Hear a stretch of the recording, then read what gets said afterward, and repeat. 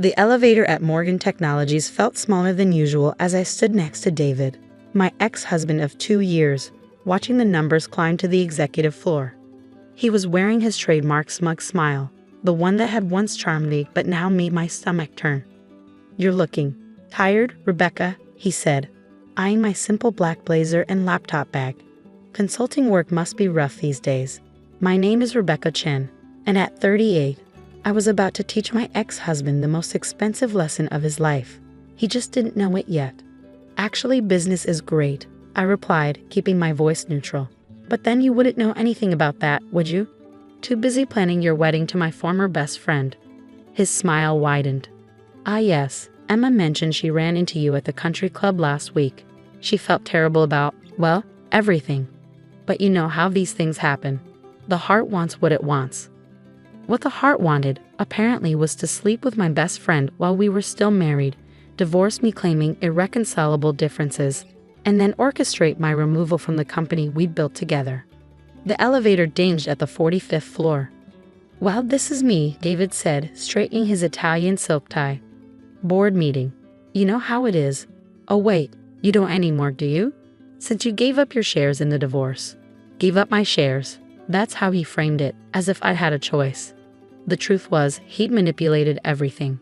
The timing of the divorce, the evidence of my supposed mismanagement of company funds, the board's sudden loss of confidence in me. By the time I realized what was happening, I was out of both my marriage and my position as Chief Strategy Officer. "Good luck with the meeting," I said, smiling slightly. "I'm sure it will be illuminating."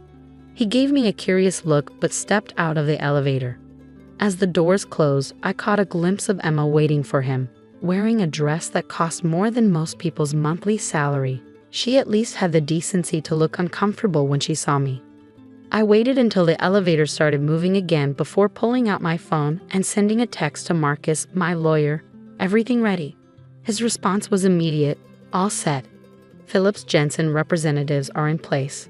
Board doesn't suspect a thing." Perfect. 2 years of careful planning were about to pay off. When David forced me out of Morgan Technologies, he thought he was dealing with a heartbroken woman who would quietly accept defeat.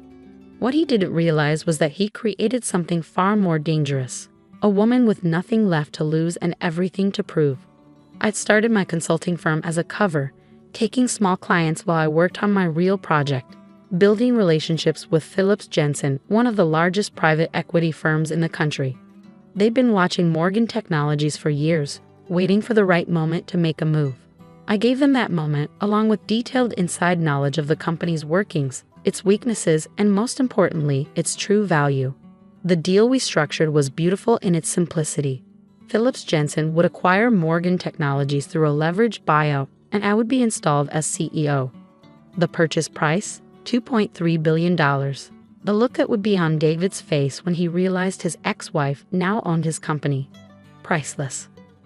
My phone buzzed again, this time a message from Emma. "Can we talk? Please, before the board meeting?" I considered ignoring it, but curiosity won out. Starbucks across the street, 15 minutes. The coffee shop was quiet for a Monday morning. Emma was already there when I arrived, fidgeting with her massive engagement ring. The one David had bought her with company money, I was sure. "Rebecca," she said, standing up as I approached. "Thank you for meeting me. I know you probably hate me. Hate requires energy I'm not willing to waste on you," I interrupted, sitting down. "What do you want, Emma?" She looked taken aback by my directness. The Emma I'd known for 15 years, my maid of honor, my confidant, my supposed best friend, had always been able to smooth over any situation with charm and sweet words. I wanted to explain. About David, about everything. "Let me guess," I cut in. "It just happened. You never meant to hurt me. You fought your feelings but couldn't help falling in love. Did I miss anything?" She flushed. "It wasn't like that. David, he can be very persuasive when he wants something. Oh, I remember. He persuaded me to marry him, to invest my inheritance in his company, to trust him with everything. And then he persuaded the board that I was incompetent, persuaded our friends that I was unstable, persuaded you that betraying me was justified. The board meeting today," she said, changing tactics. "David's announcing some big changes to the company. He wants to take it in a new direction." I laughed, the sound sharp enough to make her flinch. Is that why you really wanted to meet? To pump me for information about the board meeting? No. I know you still have connections in the industry. I thought maybe you'd heard something. I raised an eyebrow. Like what? Like Phillips Jensen acquiring Morgan Technologies? Like the entire board being replaced? Like your fiancé losing control of his company? The color drained from her face. What are you talking about? I stood up, smoothing my blazer. You should get back to the office, Emma. Wouldn't want to be late for the board meeting. I hear it's going to be quite interesting. Rebecca, wait, she called after me. What do you know? I turned back, giving her my sweetest smile. Just that Karma, like David, can be very persuasive when she wants something. The next hour passed in a blur of final preparations. Marcus sent confirmation that all the paperwork was in order. Phillips Jensen's representatives were in position. The security team had been briefed on the coming changes. I stood in front of the mirror in my temporary office across the street, checking my appearance one last time. The simple black blazer was gone, replaced by a perfectly tailored Chanel suit. My hair was elegantly styled, my makeup flawless. Time to look the part of a CEO. My phone buzzed with a text from David. Why are Phillips Jensen executives at our board meeting? What did you do? I smiled at my reflection, thinking of all the times he'd underestimated me, dismissed me, tried to make me feel small. Those days were over. On my way, I texted back. Wouldn't want to miss your big announcement. The Morgan Technologies boardroom hadn't changed in 2 years. The same mahogany table gleamed under recessed lighting. The same leather chairs surrounded it. The same city skyline spread out beyond the floor-to-ceiling windows. But this time, I wasn't walking in as David's wife or the disgraced former CSO. I was walking in as the new owner. The room fell silent as I entered. David stood at the head of the table, his face a mask of confusion and growing anger. Emma sat to his right, nervously twisting her engagement ring. The board members, all of them David's carefully chosen allies, shifted uncomfortably in their seats. Rebecca, David said, his voice tight. This is a closed board meeting. You're not authorized to be here. Actually, I replied, setting my briefcase on the table, I'm exactly where I need to be. I nodded to Marcus, who stood up from his place among the Phillips Jensen executives. Ladies and gentlemen, Marcus announced, distributing folders to everyone present. As of 9 o'clock this morning, Phillips Jensen has completed its acquisition of Morgan Technologies. The paperwork has been filed and the transfer of ownership is legally binding. David snatched up one of the folders, his hands shaking slightly as he read. This is impossible. The board would have to approve any sale. The board's approval wasn't necessary. I cut in smoothly. Phillips Jensen acquired controlling interest through a series of strategic stock purchases over the past 18 months. Quite legal, I assure you. Strategic stock purchases? David's face reddened. Those shares were tied up in holding companies, family trusts. Yes, they were. I agreed. Until your creative accounting practices forced several of those entities to liquidate their holdings. Phillips Jensen was happy to buy them up, at very favorable prices, I might add. Emma stood up, her voice trembling. David, what's she talking about? I turned to her, feeling a flicker of satisfaction at her distress. He's been moving money around, Emma, cooking the books to hide personal expenses, inflating profits to keep the stock price up. The kind of things that interest the SEC very much. That's a lie. David slammed his hand on the table. This is just another attempt to what? I interrupted. To expose your fraudulent practices, to protect the company you nearly destroyed, to ensure justice is served. Yes to all of the above. Marcus cleared his throat. If you'll turn to page 3 of your packets, you'll find the terms of the new management structure. Ms. Chen will be assuming the role of CEO, effective immediately. The boardroom erupted in chaos. Board members talking over each other.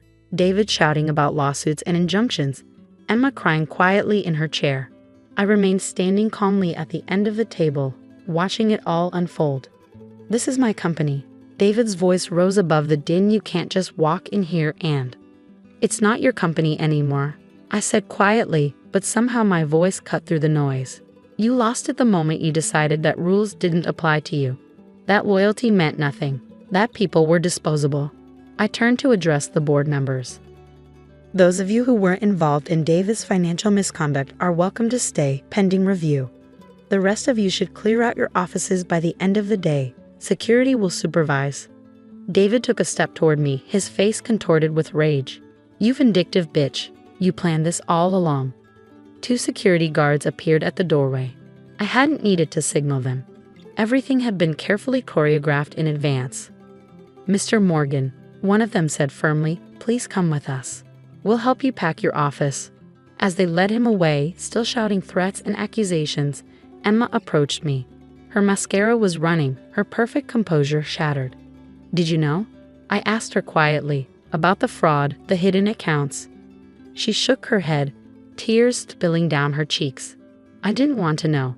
It was easier to believe, to think, that I was the problem, that I deserved what happened.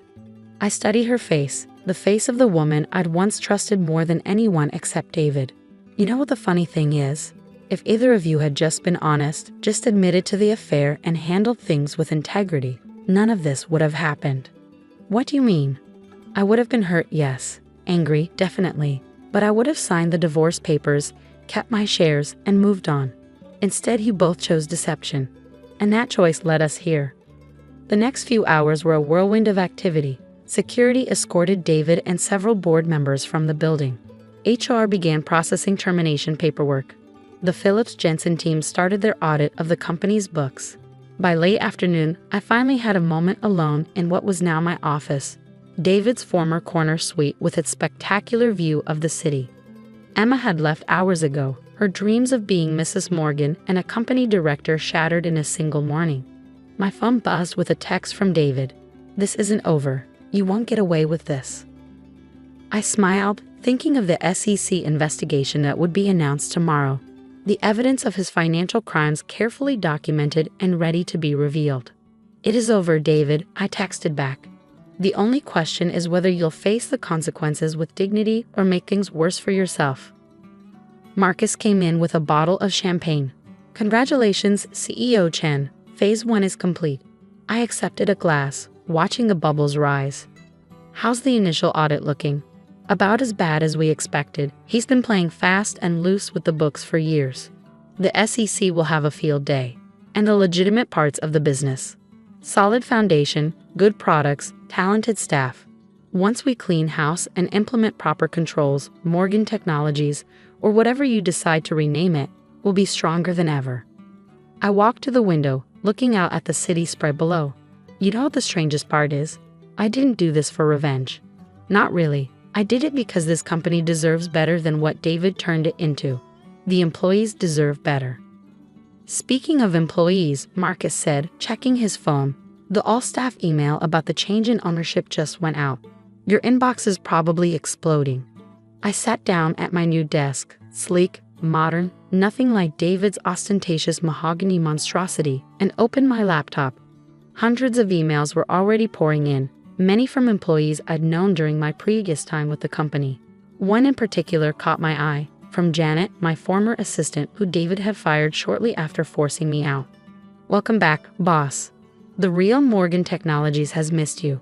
That evening, as I was preparing to leave, I found Emma waiting by my car in the parking garage. She cleaned up her makeup, but her eyes were still red from crying. "He's been arrested," she said without preamble. "The SEC, they took him from his house an hour ago." I nodded. "I know. The evidence was too strong to ignore once it was properly presented to them." "Did you ever love him?" she asked suddenly. "Really love him, I mean." I thought about it carefully. I loved who I thought he was, just like I loved who I thought you were. That's the thing about betrayal. It doesn't just destroy relationships. It destroys the memories of what those relationships used to be. She wiped fresh tears from her eyes. "I'm so sorry, Rebecca, for everything." "I know you are," I said, unlocking my car. "But sorry doesn't fix what's broken. It just acknowledges the damage. What matters is what we learn from it." "And what did you learn?" I looked at her, really looked at her, seeing not the friend who betrayed me or the woman who stole my husband, but just a person who had made terrible choices and was beginning to face the consequences. "I learned that true strength isn't about getting revenge," I said finally. "It's about rebuilding something better from the ashes of what was destroyed. That's what I'm going to do with this company. That's what you'll have to do with your life now. As I drove home that night, my phone buzzed with another message from David, this time from his lawyer's office. We can make a deal. Just tell the SEC to back off. I deleted it without responding. Some people never learn, but that wasn't my problem anymore. I had a company to run, employees to protect, and a future to build. The next morning, I walked into Morgan Technologies, soon to be renamed Phoenix Industries, as its CEO. The security guard smiled and nodded, employees greeted me warmly in the elevator, and Janet was waiting at my office with a coffee and a stack of reports. "Ready to change the world, boss?" she asked with a grin. I sat down at my desk, looking out at the city where I'd lost everything and gained something better. "Ready," I replied. "Let's build something that makes us proud." They say you can judge people's true character by how they treat you at your lowest point. For me, that moment came not when I was pulled from a burning building with third-degree burns, but 6 months later when my own sister told me I couldn't attend her wedding because I ruined the aesthetic. I'm Sarah Mitchell, 29 years old firefighter, and now, apparently, an embarrassment to my image-obsessed family. But let me start from the beginning. I've been with the fire department for 7 years, following in my father's footsteps. He died in the line of duty when I was 12. And while Mom and my younger sister Emma moved on with their lives, I felt closest to him in the fire service. Every time I put on my gear, I could almost hear his voice. Stay sharp, stay focused, stay alive. The irony doesn't escape me that it was a routine apartment fire that changed everything. We cleared the building, or so we thought. Then I heard it, a faint cry from what was supposed to be an empty third-floor unit. Protocol said to wait for backup, but there wasn't time. I found the source of the crying. A little girl, no more than 4, huddled in a closet with her puppy. Getting her out should have been straightforward. But as we reached the hallway, the ceiling collapsed. I had just enough time to cover her with my body before the burning debris came down. The girl and her puppy made it out without a scratch. I wasn't so lucky. I don't remember much about the next few weeks. Burns across 30% of my body, mostly my back and the left side of my face. Multiple surgeries, pain that morphed from sharp and immediate to a constant throbbing presence. The doctors said I was lucky, a few inches different, and I would have lost my eye. My team from the firehouse visited regularly. Captain Rodriguez brought his wife's homemade empanadas. Andy from Truck 17 kept me updated on station gossip. Even the little girl and her family came, bringing drawings and a photo of the puppy I'd helped save. Mom and Emma visited too, but their discomfort was obvious. Mom would fuss with my pillows, chattering about anything except my injuries. Emma would perch on the edge of the visitor's chair, checking her phone every few minutes as if afraid to look at me too long. "Have you considered skin grafts?" Emma asked during one visit. "I know this amazing plastic surgeon. He did my friend Jessica's nose job. I'm sure he could." "The doctors are already doing everything they can." I cut her off. "Some of these scars will be permanent." She fell silent, but I caught her expression, a mixture of pity and something else. Disgust? Fear? I couldn't tell. 6 months of rehabilitation followed. Learning to manage the pain, to stretch scarred skin that wanted to contract, to face each day knowing I'd never look the same again. But I was alive, and more importantly, so was that little girl. Her thank you card stayed pinned to my wall through every grueling physical therapy session. Finally, I was cleared to return to work. Not full firefighting duties yet, but I could help with fire prevention education and station administration. It felt good to be back in uniform, even if I was stuck behind a desk. That's when Emma got engaged. "It's going to be the wedding of the year," Mom gushed over Sunday dinner. "Emma's found this gorgeous vineyard venue, and wait until you see her dress. It's absolutely perfect." Emma beamed, showing off her enormous diamond ring. "Trevor's family is handling most of the costs. They want everything to be just right. Oh, and Sarah," she paused, her smile faltering slightly. "We're thinking of having you help with the planning rather than being a bridesmaid. You know, something behind the scenes." The room went quiet. I set down my fork, the meaning clear. "Because of how I look." "Don't be like that," Mom jumped in. "Emma just wants her special day to be perfect. You understand, don't you?" Perfect. That word again.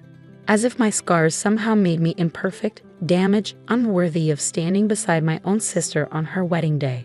Trevor's family is very traditional, Emma continued, and a photographer is one of the best in the business. The photos will be in magazines. So I'll ruin the pictures, I finished flatly. Is that it? Emma had the grace to look embarrassed, but she didn't deny it. Maybe you could be an usher? You wear a nice pantsuit, help seat people. I think I should go, I said quietly, standing up. My hands were shaking, but my voice stayed steady. Years of emergency response had taught me how to stay calm when everything inside was chaos. Sarah, please, Mom reached for my arm. We're just trying to make this work for everyone. I pulled away. No, you're trying to hide me. Like you've been trying to hide from what happened ever since the fire. That's not fair. Emma protested. We visited you in the hospital. Yes, you visited. But did you ever once ask how I was really doing? Did you listen when I tried to talk about the pain, the nightmares, the fear? I looked between them, seeing the guilt in their faces. You just wanted everything to go back to normal, to pretend nothing had changed. Nothing has to change, Mom insisted. You're still you, underneath. Underneath what, Mom? The scars? The imperfections that would ruin Emma's perfect day. I walked out, ignoring their calls to come back. In my car, I finally let the tears fall.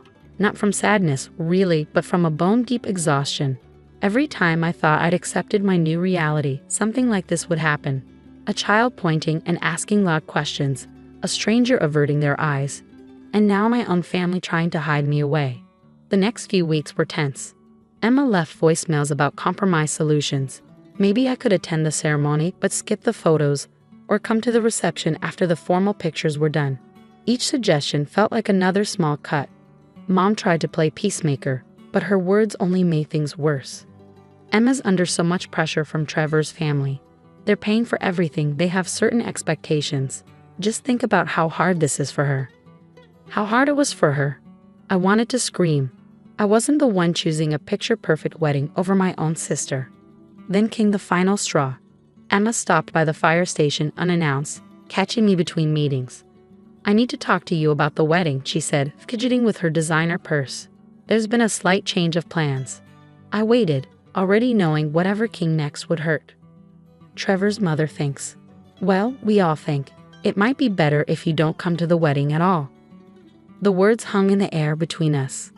Through the station window, I could see the trucks being washed, firefighters going about their daily routines, normal, everyday life continuing while my world tilted sideways. She's worried your presence might upset some of the older relatives, Emma continued, her words coming faster now. And the venue is very exclusive, they have certain standards. Please understand, Sarah, this is the most important day of my life. I need everything to be perfect. Perfect. There was that word again. Get out. My voice was barely a whisper. Sarah. Get out, she left, but not before placing an envelope on my desk. Inside was a check for a significant amount with a note. To help with any future medical procedures, we want you to be happy. I stared at the check for a long time. Then very carefully, I tore it into tiny pieces and dropped it into the shredder. That night, I sat in my apartment looking at old family photos. Emma and me as kids, playing in the sprinkler. At Dad's funeral, holding hands. Her college graduation, both of us smiling proudly. When had appearances become more important than those memories? When had I become something to hide rather than her sister to love? My phone buzzed. A text from Captain Rodriguez. About your shift swap request. You sure about working the Vineyard District on Emma's wedding day? I texted back a simple yes. Little did I know that decision would change everything. Because 3 months later, on what was supposed to be my sister's perfect day, I'd be the one person standing between her dream wedding and total disaster. And sometimes, karma has a way of wearing a firefighter's uniform. June 15th dawned clear and hot. Perfect weather for a vineyard wedding. I started my shift at 7 a.m., trying not to think about Emma getting ready in some fancy bridal suite, Mom fussing over her hair, all the normal family moments I should have been part of. The morning passed slowly. A few minor calls. A kitchen fire contained by sprinklers. A smoke alarm triggered by burnt toast. I kept busy checking equipment, completing paperwork, anything to keep my mind off what was happening 5 miles away at Crystal Vista Vineyard. Around 2 p.m., just when Emma's ceremony would be starting, the call came in. Fire alarm at Crystal Vista Vineyard. multiple calls reporting smoke from the main building. My heart stopped. Then training kicked in. I was already in the truck before dispatch finished speaking, lights and sirens clearing our path through weekend traffic. We could see the smoke from 2 blocks away, thick and black, pouring from the back of the converted barn that served as the venue's main event space. My mind instantly cataloged details. Class of fire probably started in the kitchen, heavy fuel load from wooden construction. We were first on scene. Through the growing crowd of evacuated guests, I spotted Emma in her wedding dress, mascara streaking her face as she screamed at some poor venue manager. Mom stood nearby, looking shell-shocked. No time for family drama. Martinez, take the north entrance. Chen, get those propane tanks away from the building. I'll check the kitchen. The heat hit me as soon as I entered through the service door. The fire had started small, probably an overloaded circuit or a grease fire, but had spread into the walls. Decades-old timber creaked ominously overhead. I found the kitchen staff huddled in the parking lot. Everyone out. I asked the head chef. He nodded, then went pale. Wait, Trevor's grandmother. She was resting in the bridal suite upstairs. Without hesitation, I radioed for backup and headed for the stairs. The smoke was thicker now, reducing visibility to almost nothing. I moved by touch and memory, blessing the hours I'd spent studying building plans for every major venue in our district. The bridal suite door was locked. I could hear coughing inside. Fire department, stand back from the door. One solid kick, and I was in. Trevor's grandmother sat in an armchair by the window, conscious but struggling to breathe. She stared at me with wide eyes as I approached. I'm here to help, I said, keeping my voice calm and clear through my mask. Can you walk? She shook her head weakly. My hip. No time to wait for backup. I scooped her up, thanking God for all those training drills, and headed for the stairs. The building groaned around us, timbers shifting in the heat. We were halfway down when I heard the crack. I didn't think, just moved, throwing myself over the elderly woman as part of the ceiling came down behind us. Pain flared across my already scarred back, but I kept moving. Emerging from the smoke into sunlight, I heard cheers from the crowd. Paramedics rushed forward to take Trevor's grandmother. I stepped back, doing a quick self-assessment. New burns, probably, but nothing serious. Then I heard Emma's voice, Sarah? She stood a few feet away, her perfect white dress now smudged with soot. Her perfectly styled hair was falling loose, her magazine-worthy makeup streaked with tears and sweat. You, she stammered. You saved Trevor's grandmother. I turned away, heading back to check on my team. We still had a fire to put out. The next few hours were a blur of firefighting operations. The venue was a total loss, but we saved the adjacent buildings. No serious injuries, though several guests were treated for smoke inhalation. As we were packing up our gear, I heard footsteps behind me. It was Trevor's grandmother, sitting in a wheelchair with an oxygen mask nearby. You're the firefighter who saved me, she said. Her eyes studied my face, taking in the scars. They told me your name is Sarah. You're the bride's sister. I nodded, unsure what to say. Emma told me why you weren't invited to the wedding. She continued, her voice sharp with disapproval. My grandson and his family, they're not usually. She paused. Well, perhaps they are. Too concerned with appearances, with what others might think. She reached for my hand. Her grip was surprisingly strong. But I want you to know something. When you carried me out of that fire, I wasn't seeing scars. I was seeing heroism. And if my family can't understand that beauty comes in many forms, then perhaps this fire was a wake-up call we all needed. Tears pricked my eyes, but I was saved from responding by Emma's arrival. She changed into borrowed clothes, her perfect wedding outfit ruined. Sarah, she began and stopped. She looked lost, younger somehow. I don't know how to. Save it, I said, turning back to my gear. No, please. She grabbed my arm. I need to say this. I've been horrible, worse than horrible. I let other people's opinions matter more than my own sister. And today, watching you run into that fire, seeing you save Trevor's grandmother without hesitation, I've never been more ashamed of myself. I looked at her then, really looked, past the designer clothes and perfect makeup she usually hid behind. She was crying, mascara creating fresh tracks down her cheeks. You know what I kept thinking, watching that building burn? She continued, not about the venue or the photos or what people would say. I kept thinking that if something happened to you in there, the last thing I'd ever have said to my sister was that she wasn't good enough to be at my wedding. Emma? No, let me finish. You're beautiful, Sarah, not despite your scars, but because of them. Because they show your courage, your sacrifice. I forgot that somewhere along the way, got caught up in this fantasy of perfection. Can you ever forgive me? I thought about all the hurt of the past months, the rejection, the shame they tried to make me feel. I don't know, I answered honestly. It's not that simple. I know, she nodded. I know it will take time, but please, can we try? Start over.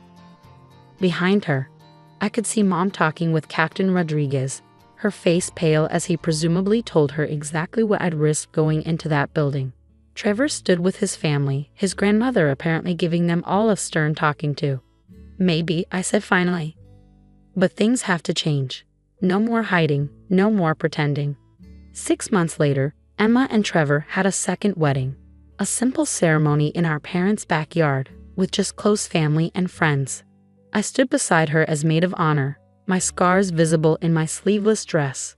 When a photographer suggested some creative angles to minimize my scars in the photos, Emma shut him down immediately.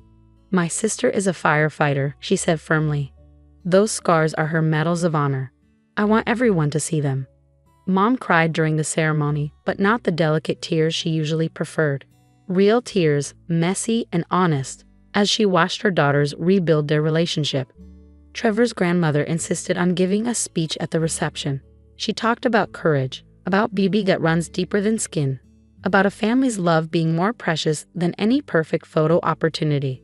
We all have scars, she concluded, raising her glass. Some are just more visible than others. Thank you, Sarah, for teaching us to see the beauty in survival.